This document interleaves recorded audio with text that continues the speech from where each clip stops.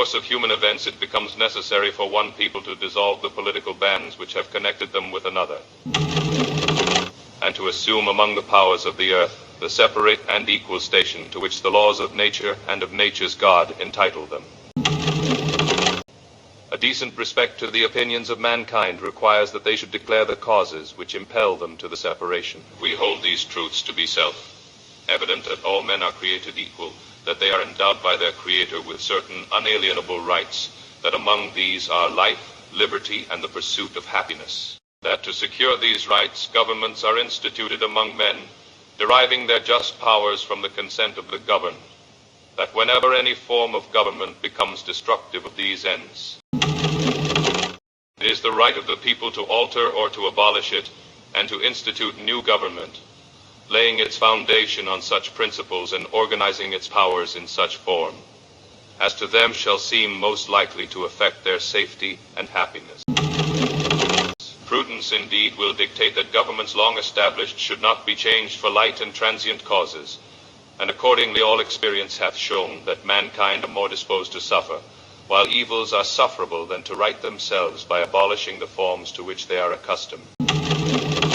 But when a long train of abuses and usurpation, pursuing invariably the same object, evinces a design to reduce them under absolute despotism, it is their right, it is their duty, to throw off such government, and to provide new guards for their future security.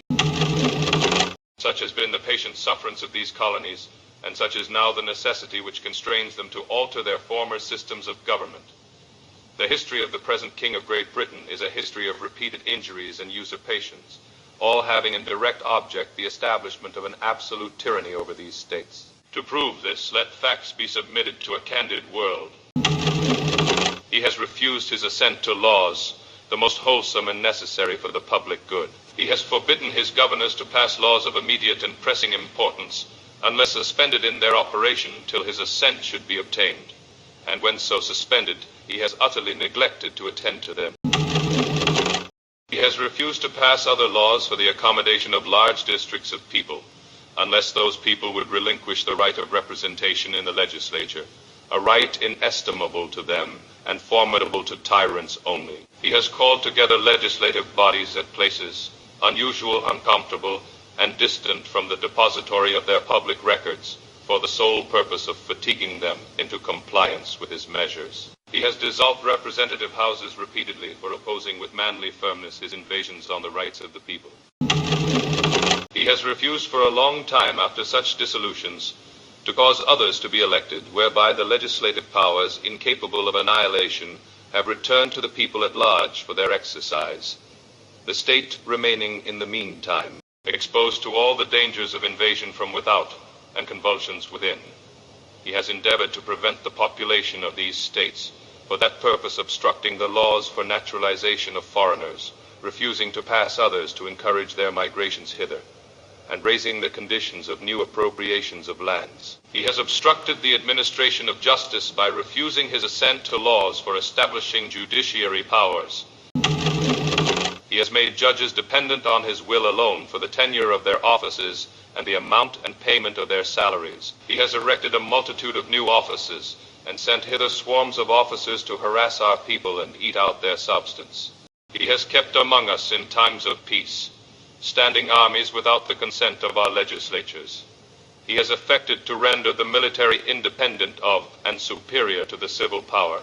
He has combined with others to subject us to a jurisdiction foreign to our Constitution and unacknowledged by our laws, giving his assent to their acts of pretended legislation, for quartering large bodies of armed troops among us, for protecting them by a mock trial from punishment for any murders which they should commit on the inhabitants of these states, for cutting off our trade with all parts of the world, for imposing taxes on us without our consent, for depriving us in many cases of the benefits of trial by jury, for transporting us beyond seas to be tried for pretended offenses, for abolishing the free system of English laws in a neighboring province, establishing therein an arbitrary government, and enlarging its boundaries so as to render it at once an example and fit instrument for introducing the same absolute rule into these colonies, for taking away our charters, abolishing our most valuable laws, and altering fundamentally the forms of our governments,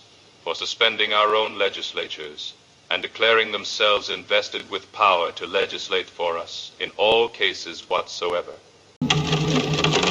He has abdicated government here by declaring us out of his protection and waging war against us. He has plundered our seas, ravaged our coasts, burnt our towns, and destroyed the lives of our people. He is at this time transporting large armies of foreign mercenaries to complete the works of death, desolation, and tyranny, already begun with circumstances of cruelty and perfidy scarcely paralleled in the most barbarous ages, and totally unworthy the head of a civilized nation. He has constrained our fellow citizens taken captive on the high seas to bear arms against their country, to become the executioners of their friends and brethren, or to fall themselves by their hands.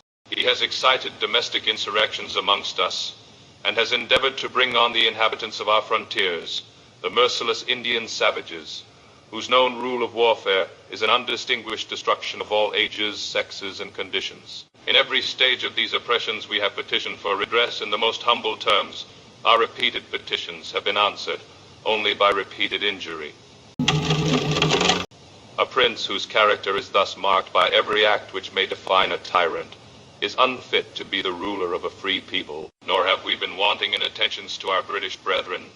We have warned them from time to time of attempts by their legislature to extend an unwarrantable jurisdiction over us. We have reminded them of the circumstances of our emigration and settlement here.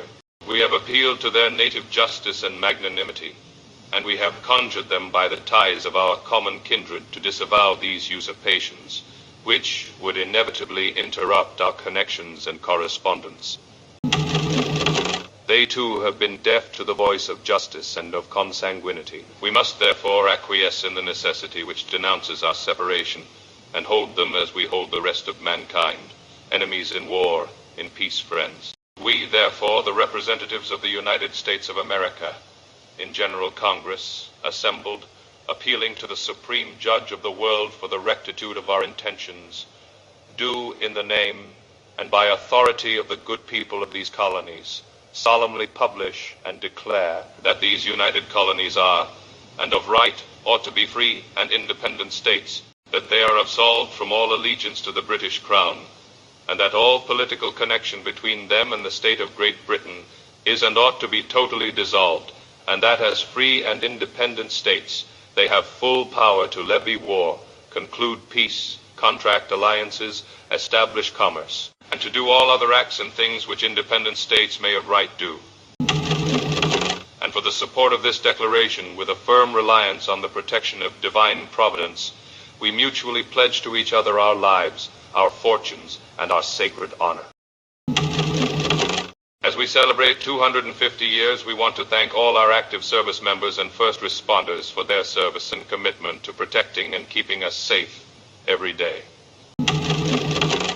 Thanks for listening, and have a happy, safe 4th of July.